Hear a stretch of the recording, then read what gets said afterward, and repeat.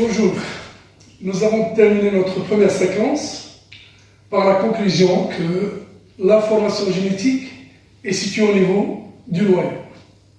Aujourd'hui, on va essayer de répondre à la deuxième question. Pour rappel, c'était le mécanisme de transmission de cette information génétique.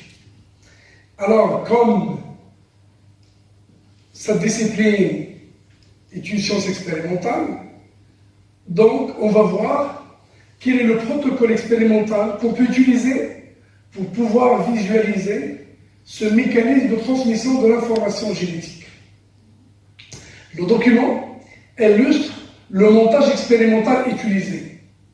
Comme vous pouvez le voir ici, on va travailler avec un bulbe d'oignon avec ses racines au niveau de cette partie-là. Pourquoi on a choisi les racines?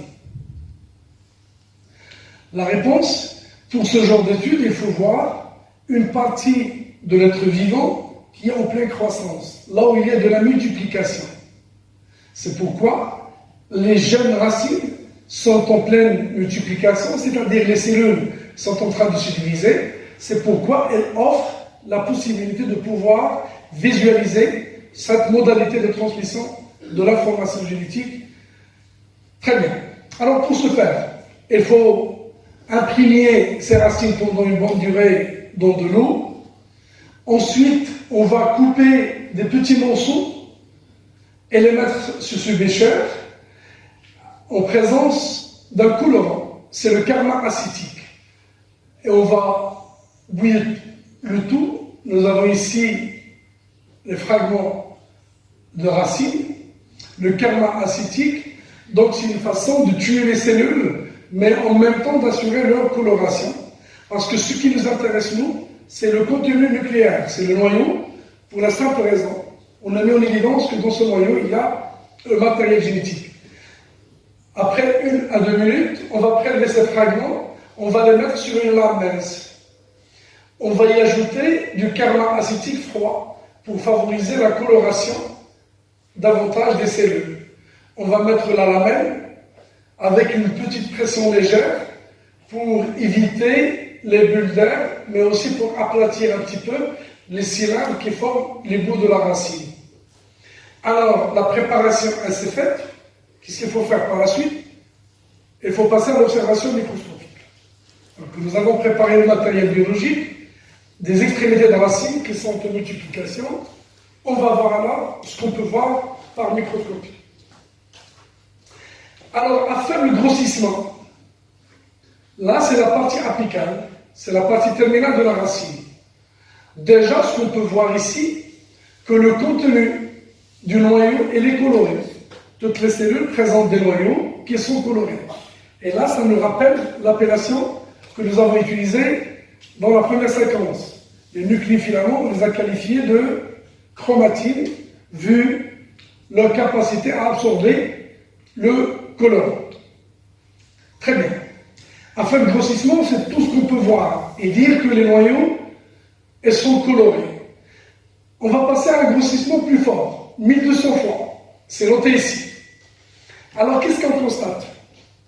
On constate que le noyau présente des aspects et des formes qui sont très différents. Que peut-on conclure? Alors, on peut conclure que la transmission de l'information génétique est un phénomène continu. Il y a plusieurs aspects, c'est-à-dire c'est un phénomène qui se déroule dans le temps et qui va finir par donner deux cellules, filles, comme celle qu'on voit ici. Là aussi, c'est un début de formation de deux cellules. Donc le matériel contenu dans le noyau, elle va changer de forme, elle va changer d'aspect. C'est des aspects différents, ce qui laisse dire qu'il y a des étapes de division. Donc, l'observation microscopique permet de déduire cette conclusion et de dire que la transmission de l'information génétique à partir de cellules mères à des cellules filles passe par un certain nombre d'étapes et que chacune des étapes est caractérisée par un aspect bien déterminé de matériel génétique.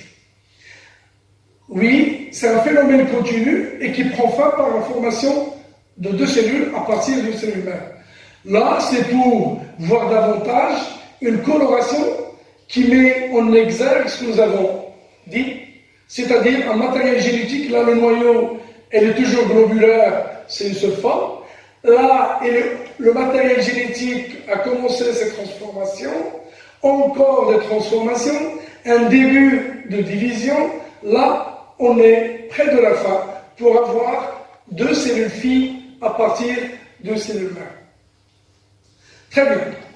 Pour pouvoir se pencher de près sur ce qui se passe exactement, je vous invite à suivre avec moi une simulation de ce phénomène de transmission de l'information génétique à travers une animation qui va nous faciliter de dégager les caractéristiques de chacune des étapes. Alors là, comme ça, qu'est-ce qu'on a au niveau de cette simulation? Là, nous avons un tissu de cellules, beaucoup de cellules. De quelles cellules il s'agit? Vous pouvez constatez là, nous avons en noir, c'est la membrane cytoplasmique de la cellule. Elle est doublée, elle est entourée par une autre paroi, dite paroi squelettique. Donc c'est une cellule qui présente une forme géométrique bien déterminée et qui est entourée par une paroi. Donc on est bel et bien devant une cellule végétale. Nous avons mis l'accent sur une cellule, c'est un tissu. Ce qui se passe au niveau de cette cellule va se passer au niveau des autres cellules. Nous, on va attirer votre attention sur ce qui se passe au niveau de cette cellule. On va essayer de la suivre, comment se déroule la transmission de l'information génétique et comment on va obtenir deux cellules filles à partir d'une cellule mère. Alors je vous laisse voir ce qui se passe avec cette cellule d'emblée, dans sa totalité. Ensuite, on va essayer de décortiquer ce phénomène, ce forme d'état, pour faciliter la compréhension et s'approprier cette manière de division.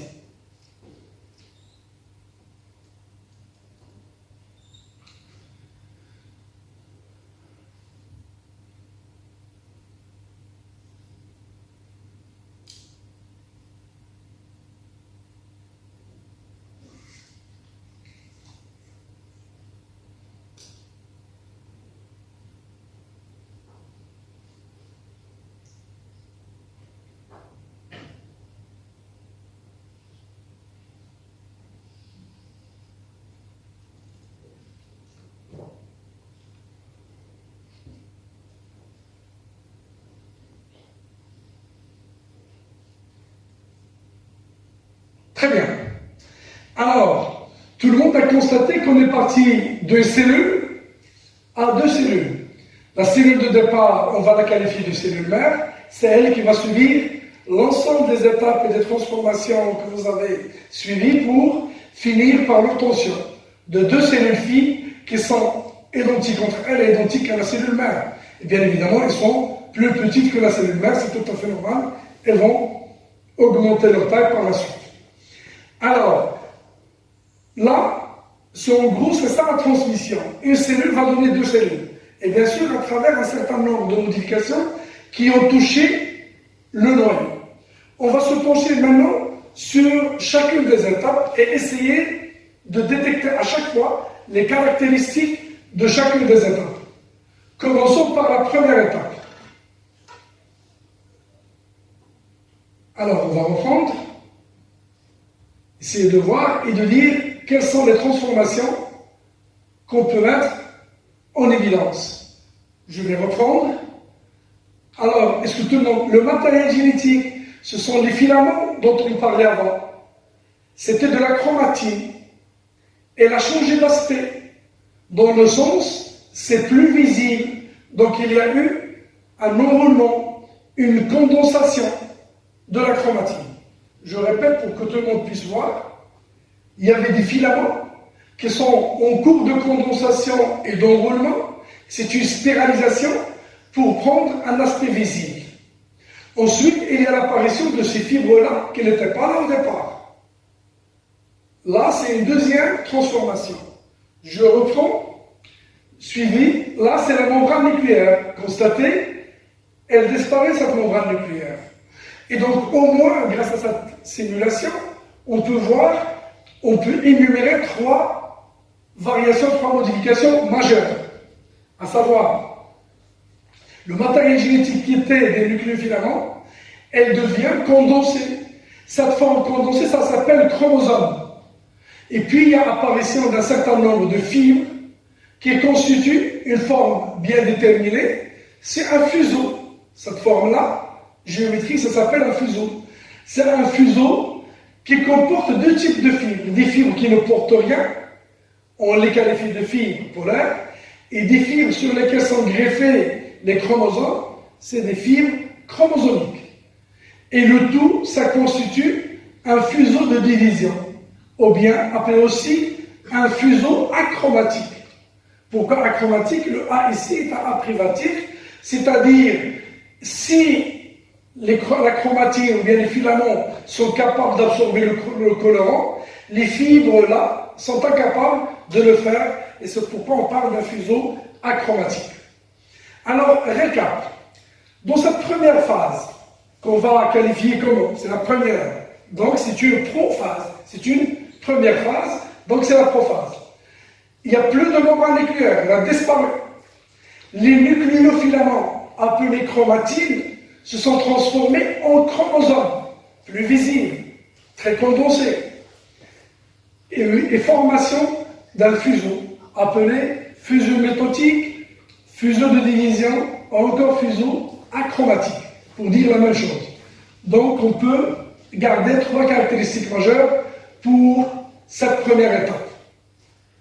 Alors là, c'était des filaments trop fins qui sont capables d'absorber la couleur, c'est de la chromatine qui s'est transformée progressivement pour donner, voilà, on va suivre l'orange, c'est un chromosome. Et chaque chromosome, il est constitué de deux parties. Chacune des deux parties s'appelle chromatide, avec un centromère, un point qui le relie à ce niveau-là. Chaque chromosome compte deux chromatides réunies grâce à un centromère. Donc c'est important d'avoir ça en tête pour comprendre la suite. Donc la chromatide se transforme en chromosome. Comment? Mécaniquement, grâce à un processus de condensation et d'enroulement. Et chaque chromosome compte deux chromatides réunies au niveau d'un centromère. Là, c'est pour la première phase de division. N'oubliez pas qu'on est en train de voir le mécanisme de transmission de l'information génétique. Allons voir l'étape suivante. Qu'est-ce qui va se passer par la suite?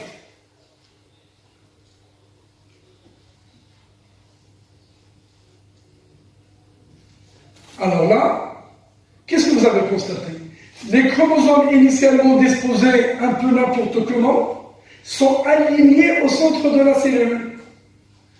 Ils sont alignés au centre de la cellule pour former une plaque équatoriale.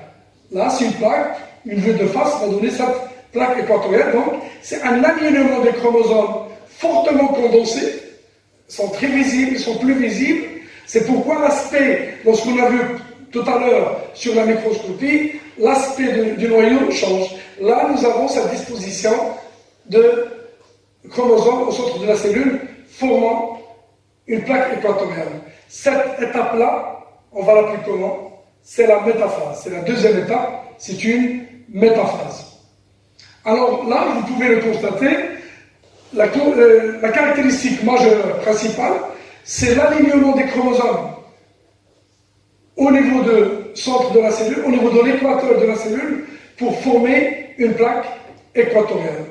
Et bien sûr, ces chromosomes, ils sont fortement condensés et ils sont toujours constitués de deux chromatides réunis par un centromère. Allons voir l'étape qui va succéder à celle-là. Je vous laisse voir.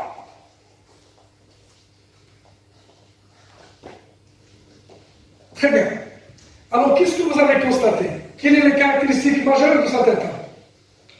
Vous pouvez déjà constater que les chromosomes ne sont plus formés de deux chromatides. Est-ce que vous vous rappelez de l'appellation du point qui réunissait les deux chromatides? C'était le centromère. Donc là, on a assisté à un clivage du centromère. Et donc les chromatides oranges qui forment un seul chromosome se sont séparées. Et chacune a migré vers un pôle. La même chose pour le chromosome représenté ici au jaune. Le bleu clair et le bleu foncé. Donc, ce qu'il faut retenir, c'est lors de cette étape-là, on assiste à une fissuration, à un clivage, c'est une cassure. La cassure, elle va tenir au niveau du centromère. Je répète à chaque fois, pour que vous puissiez voir le clivage qui se passe au niveau du point d'attache qui réunit les deux chromatides pour assister ensuite à une migration polaire, à une ascension polaire. Et là, on va comprendre parfaitement à quoi sert le fuseau chromatique qui s'est formé lors de la première étape. Là, comment on appelait ça tout à l'heure? C'est une fibre polaire. Celle-là qui porte les chromosomes. C'est une fibre chromosomique. Alors, pour permettre ce clivage, il doit y avoir une restriction, une contraction des fibres chromosomiques et un allongement des fibres polaires. C'est pourquoi on parle d'une étape dite anaphase. C'est ce mouvement des deux fibres qui va permettre le clivage, la fissuration du centromère. Est-ce que vous avez bien saisi? Je répète. Alors, la contraction des fibres chromosomiques et l'étirement des fibres polaires assurent le clivage du centromère pour permettre ensuite la migration. Et donc, au niveau de chaque pôle, on trouve une chromatide de chaque chromosome. Et là, on a gardé le nombre. Au départ, lors de la métaphase, on a vu qu'il y avait 4 chromosomes alignés au centre. Maintenant, nous avons 4 chromatides dans un pôle et les 4 chromatides dans l'autre pôle. On parle d'une ascension polaire. On parle d'une migration vers les pôles. Très bien. Alors, l'étape suivante, je vous laisse voir pour interagir avec cette simulation. Je vais répéter. Alors, qu'est-ce que vous allez constater? Il n'y a plus ces fibres rouges qui constituent le fuseau de division. Donc, l'une des caractéristiques majeures de cette étape-là, c'est la disparition des fuseaux achromatiques. Là, c'est quoi ça? C'est la membrane nucléaire. Elle réapparaît. Elle a disparu en prophase. Maintenant, elle réapparaît. Il y avait un partage de matériel génétique, donc on va reconstituer à nouveau le noyau. Là, c'est l'étape finale. Le matériel génétique, il n'est plus condensé. Donc, il devient décondensé. Vous pouvez le constater. On est passé de la chromatine au chromosome. Là, c'est l'inverse. Les chromosomes se sont transformés en chromatine. Alors, récapitulons les caractéristiques de cette étape-là. Là, je répète pour que vous puissiez suivre, on assiste à une décondensation du matériel génétique, à une réapparition dans l'enveloppe nucléaire, formation de 2 noyaux au sein de la même cellule. Un noyau dans un pôle et l'autre noyau dans l'autre pôle. Les fibres qui constituent le fuseau ont disparu. Les chromosomes se sont décondensés et la membrane nucléaire, elle réapparaît. Pour vous faciliter la mémoire, les caractéristiques de cette étape finale, dite télophase, sont exactement l'inverse de ce que nous avons dit lors de la prophase. Lors de la prophase, pour rappel, il y a disparition de l'enveloppe nucléaire, il y a condensation, enroulement de la chromatine pour donner des chromosomes, et apparition de fusion chromatique. Lors de cette phase finale, c'est exactement l'inverse. L'enveloppe nucléaire, elle va réapparaître. Le fuseau, il a disparu. Les chromosomes, ils vont perdre leur condensation pour devenir à nouveau de la chromatine. Maintenant que le matériel génétique est partagé en 2 parties équitables, alors, qu'est-ce qu'il faut pour avoir 2 cellules? C'est le cytoplasme qui doit être divisé entre les 2 cellules. C'est la cytodiarèse. C'est le partage du cytoplasme. Vous pouvez suivre avec moi à ce niveau-là. Pour pouvoir partager le cytoplasme entre les 2 cellules filles, il y a formation d'une paroi au centre de la cellule Voilà, c'est à ce niveau-là que se forme cette paroi, et puis elle va grandir vers le côté, ce qui permet l'obtention de deux cellules filles, identiques entre elles et identiques à la cellule mère. Et donc, ce processus de division cellulaire, on l'appelle comment? Ça s'appelle mitose. C'est le phénomène biologique qui permet à une cellule de donner deux cellules filles identiques entre elles et identiques à la cellule mère. Là, on a obtenu deux cellules filles.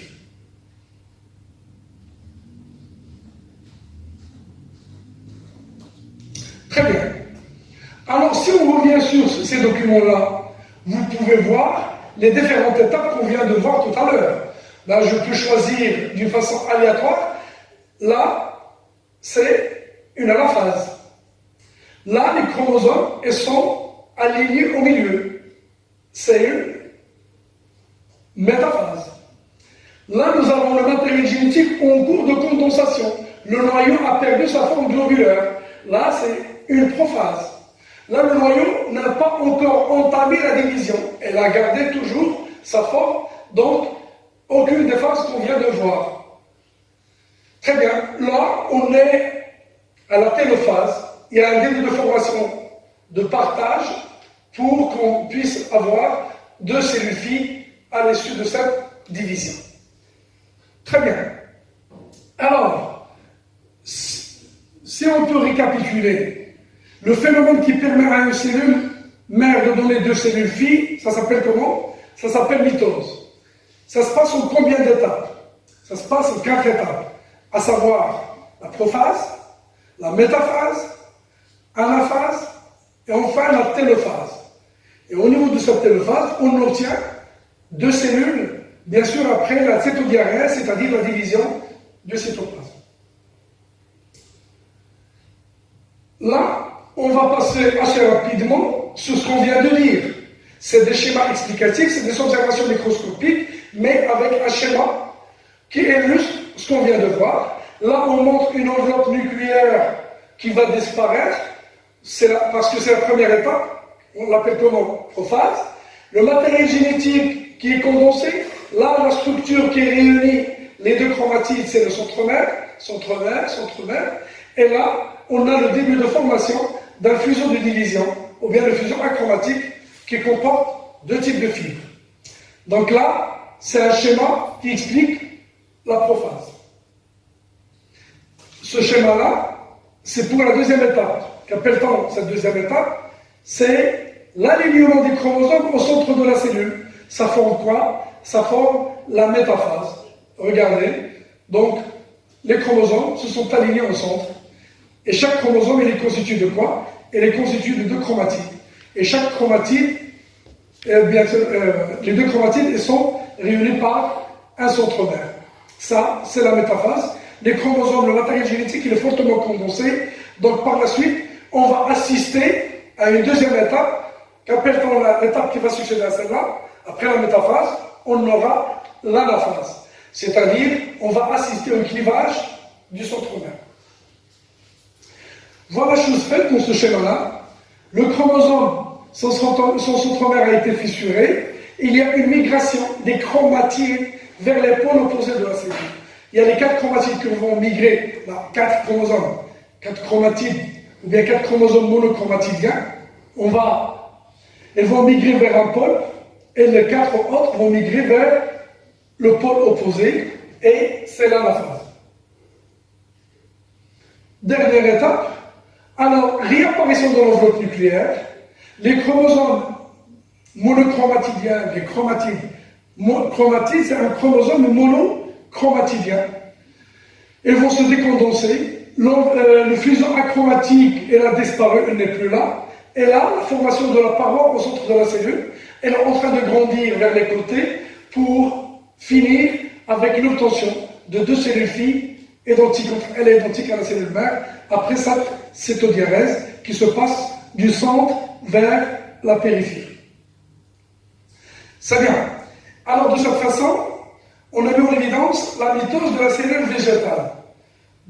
Il faut se demander, est-ce que la mitose de la cellule animale se fait de la même façon. C'est ce qu'on va essayer de voir tout à l'heure.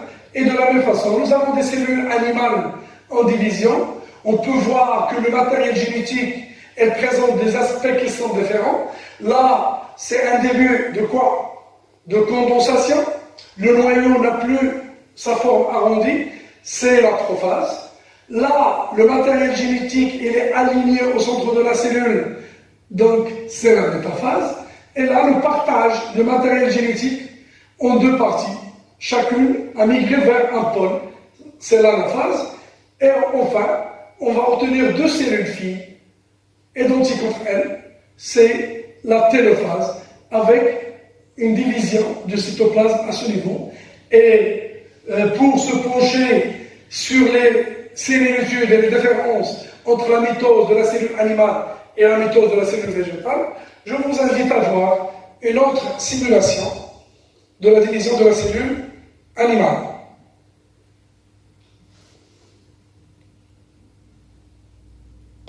Alors je vous laisse voir et suivre les transformations.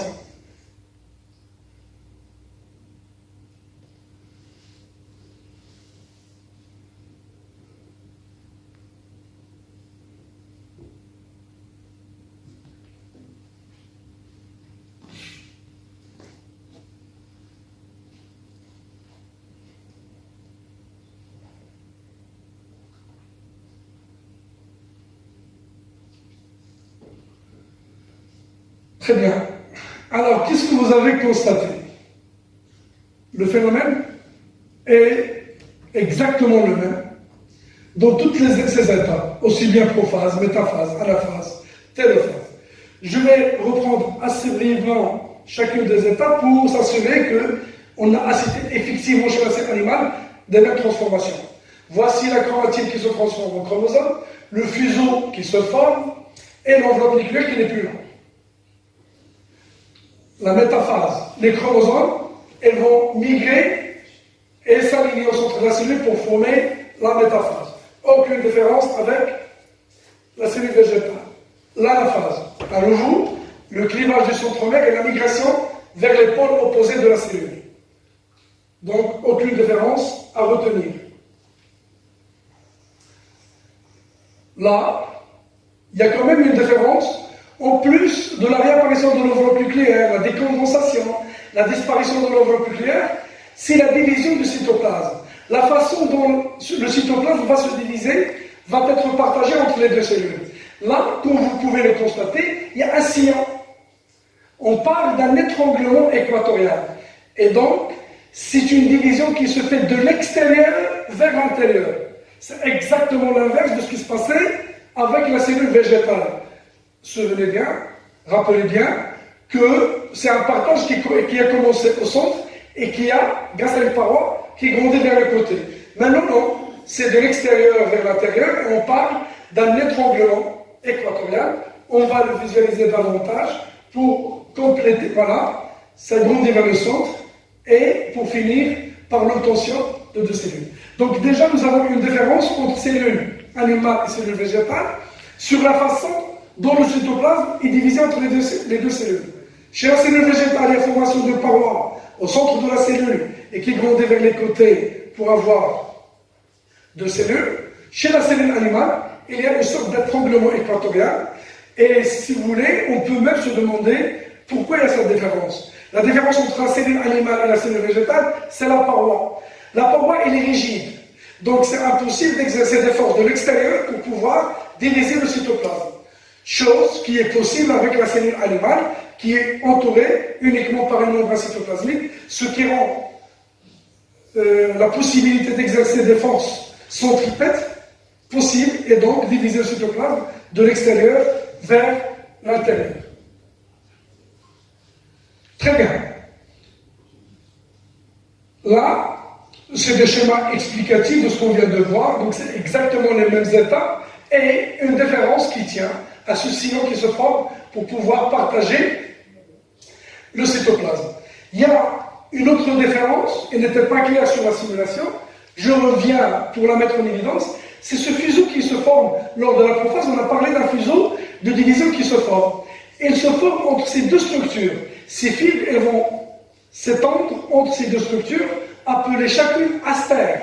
Là, nous avons, c'est la forme d'astère. Donc, entre deux astères, il y a formation de sous-fuseau. Voilà l'astère, un autre astère, elle est là, les astères. Chose qui n'est pas vraie chez la cellule végétale. Au lieu des astères, il y a des calottes. Donc, chez les deux cellules, il y a formation de fuseau. C'est sûr. Mais, entre quelle et quelle structure? Chez la cellule animale, le fuseau se forme entre deux astères, alors que chez la cellule végétale, ça se forme entre deux calottes polaires. Alors, une dernière simulation, et on va finir, c'est pour voir comment se forme ce fuseau et ces astères. Alors là, je vais reprendre immédiatement. Nous avons la cellule animale, c'est une cellule animale, il n'y a pas de paroi, sa forme et les caractéristiques, il y a le matériel génétique enchevêtré, là c'est de la chromatine, vous allez le constater, elle va se transformer en chromosome.